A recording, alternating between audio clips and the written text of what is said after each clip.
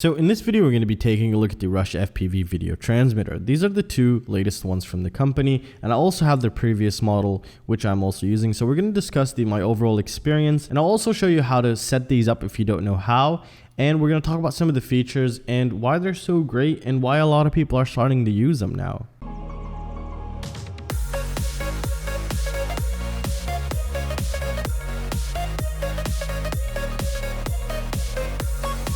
So these are the RushFPV video transmitters. We have the Ultimate Plus here and the Ultimate Mini as well. Now the Mini, as you can tell, it's a 20x20 stack, which will cover what kind of scenarios it could be used for. And I have a really great example here for you, which is right here. And we're going to take a closer look at that in a bit here. Now, let's talk about some of the features here. Now, they both broadcast up to 800 milliwatts, so you're going to get quite a lot of range, which is really great. And they also have something called pit mode. Now, pit mode is really good because what that'll allow you to do is boot up your quad without knocking anybody out of the air if you're flying with a bunch of people. And also, if you crash, you could turn on pit mode and you know where the quadcopter is, so the video transmitter doesn't overheat. Because if there's no airflow to these get pretty toasty. I mean, if you ever touched any of those small, tiny video transmitters, you see that they're pretty toasty. Not only that, these also have an inbuilt safety feature, which is temperature throttle, which means if it's getting too high of a temperature, instead of burning itself right out, it'll just start decreasing its output power in order for it to increase its overall lifespan, which is something you really want, really great, especially if you're paying like 20 bucks or so. And I have some coupons for these down below if you wanted to go ahead and pick some up. Now, another thing they also have is smart audio, which is something really great, which is it'll allow you to change the video channel or the video power, the output power that you're broadcasting at through the on-screen display. And that way it makes everything so much more convenient if you're going out flying. Instead of going your quad booted up with the propellers on, risking you cut yourself up, come down here to press the button. That's what smart audio does. It allows you to do that all through the on-screen display, so you don't have to come here and press these buttons. But you could still do it if you don't know how to connect it. And connecting smart audio is very simple. And I have a detailed video on how to connect smart audio in the links down below. Now, another great feature that RushFPV implements into their devices is something called an LC filter. And what that does is it filters video noise. Now, if you don't know this, sometimes quadcopters will have these vertical lines in the video feed while you're flying. The more you give it throttle, the more they get worse. And it makes your overall flying experience very terrible, to be honest, like absolutely annoying. So these have inbuilt LC filters. They work to a certain extent, and they do just fine in most cases. But again, if your quadcopter is super hella dirty, then it'll do some of it, but it's still gonna seep through, so you're gonna have to look for other measures to do that. But to have that incorporated in them is a huge addition. Not only that, we have the Ultimate Plus here with a microphone. Now, a lot of other VTXs have microphones, but they really took the time developing or putting the best microphone they could possibly put on a video transmitter with an analog video feed in order for you to hear your quadcopter's tune. And that really does help a lot of people. You could hear it fluttering because you really can never see these things inside the FPV video feed, but that's once you become a little bit more advanced. But it does have a really great, it's one of the best, it is the best microphone on a video transmitter currently. So keep that in mind. That is one of its main features here. So they also have something called lock-on technology, which means usually some, video transmitters, when you power them on, they broadcast on all channels, and that's how you take people out. So I haven't really tested this just yet, but they're saying it does have lock-on technology, which means it's going to be very consistent, or even from the time you boot it, that it'll stay locked into that channel in order not to hurt anybody's quads up in the air, which is something also really great if you're going to be flying with a lot of people. Now, if we take a look at the Tank Plus Ultimate here, we see that it has an MMC export, which is really great, something you want because these connectors last a very long time, and you can easily pop them off. Now, the things they provide you with the Rush Tank Ultimate is they give you this clear, I think like acrylic or plastic here, so you can mount this into your 30x30 quadcopter and use double-sided tape to stick it on.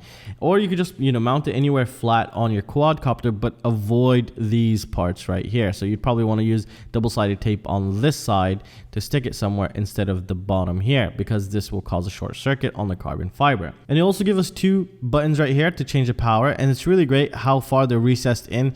Usually these types of buttons usually tend to break on a lot of VTXs. However, here they're really secure into place. You're not going to be able to push too far to break that off. They're just really nice and tactile, and you could feel when you pressed one of these buttons. That is also a nice little addition, or a very thoughtful addition they've came up with here. You can also use a connector or solder directly if you wanted to here. And again, I'll show you how to connect these up towards the end of the video, both of these here. And also another thing they do provide you with is a 5-volt regulator if you needed that. So that's really nice. It does have a 5-volt output, and it takes up to an 8S battery. So you would want to plug this in just on your battery rails. Wherever your battery is connected, that's where you want to give this one power. And again, I'll show you towards the end of the video. So with the Ultimate Plus, we get the acrylic piece, some stickers, we get the connector, and we also get the VTX and the SMA port here. Now this is SMA, not RPSMA, this is SMA, so keep that in mind. And let's move this to the side for now. Let's take a look at the Ultimate Mini here, because that one's really interesting and I use it on a build, and I'm going to show you how I set this one up in my previous build here. Now they give you this plastic piece, and this is actually really interesting because if we flip this over, there's obviously nothing covering this side, and you can access the pads anywhere you want. There is no connectors here, so you would have to solder, and they do provide you with enough cables to solder onto, and these are silicone, so that's really great. They're not going to melt while you're soldering onto them. And they also give you a bag of screws. Now take something into consideration here. They don't give you an MMCX in order for you to put it into your quadcopter, which is a shame. And I hope you're watching, Rush. At least, you know, give them one of your beautiful antennas that you have right here. That'd be absolutely phenomenal. Even though they don't provide this, just keep in mind you need an MMCX, some sort of MMCX to SMA or MMCX to antenna. And I'll have some great ones linked down below, the ones that I'd highly recommend and I actually purchased for myself. Now this plastic piece here will go right on top and cover it very nice and flush. And I really like that because I did end up using it. And again, this is a 20 by 20 stack. So it's not going to fit the 30 by 30 stack. So this frame had a 20 by 20 stack back here, and I placed it right in there. If you've missed my previous build, you could actually see me put it in, and then I've actually ran the wires all the way to the flight controller there. So it just fits in really nicely, and then I could come in and just press the buttons if I wanted to. However, I do have smart audio connected, and what I did was I took an MMCX port right there, and I routed it right up to the top here, and I routed it right to the top here. Now, currently I don't have any more of those RushFPV MMCX antennas, but I am planning on picking up a bit more of those because those are becoming my favorite antennas because of my testing throughout the abandoned areas. They've been doing really, really great. Now I'm going to take this apart and show you how I've actually connected the VTX, and this will work for both of these, this one and this one. All right, so right now what we're looking at is the video transmitter that I have connected, which is the Tank Ultimate Mini right here. And the plastic pieces on the bottom, this plastic piece on the frame here, which creates protection from conductivity, which means it won't short circuit on the frame because obviously just the plastic is touching the frame here, which makes my life so much easier and I don't really have to worry about it as much, and something I really, really like. So the whole plastic piece is really great, especially for mounting it here. This is like a really great use case where I've actually had to do that. Now let's talk about how would we go about powering these guys up.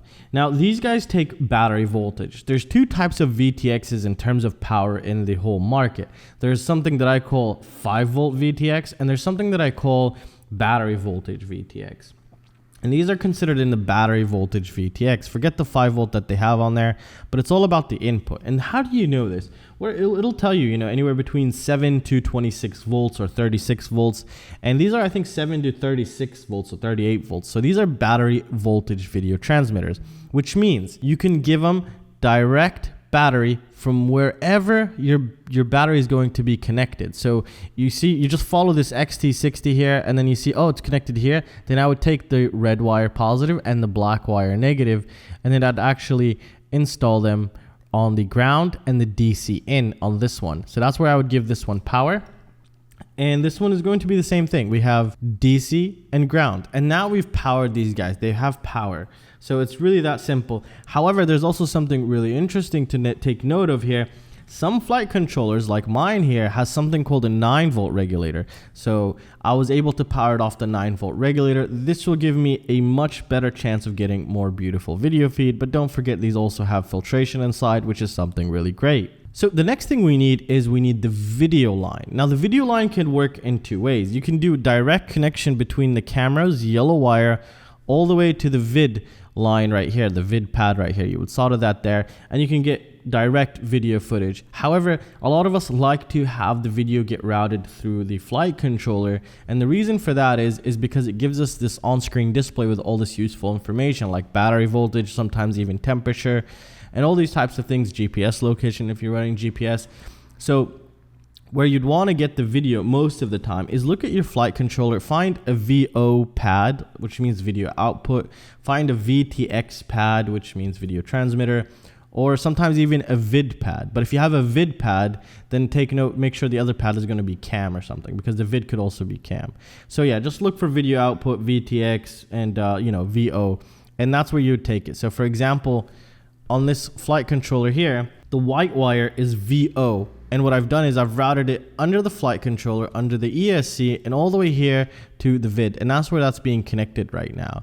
And then for smart audio, if you wanted smart audio, which is the thing that'll allow you to change the channel and output power, you would want to find any available TX pad or T pad. And what does that mean? Well, every flight controller comes with pads that say RX4, TX4.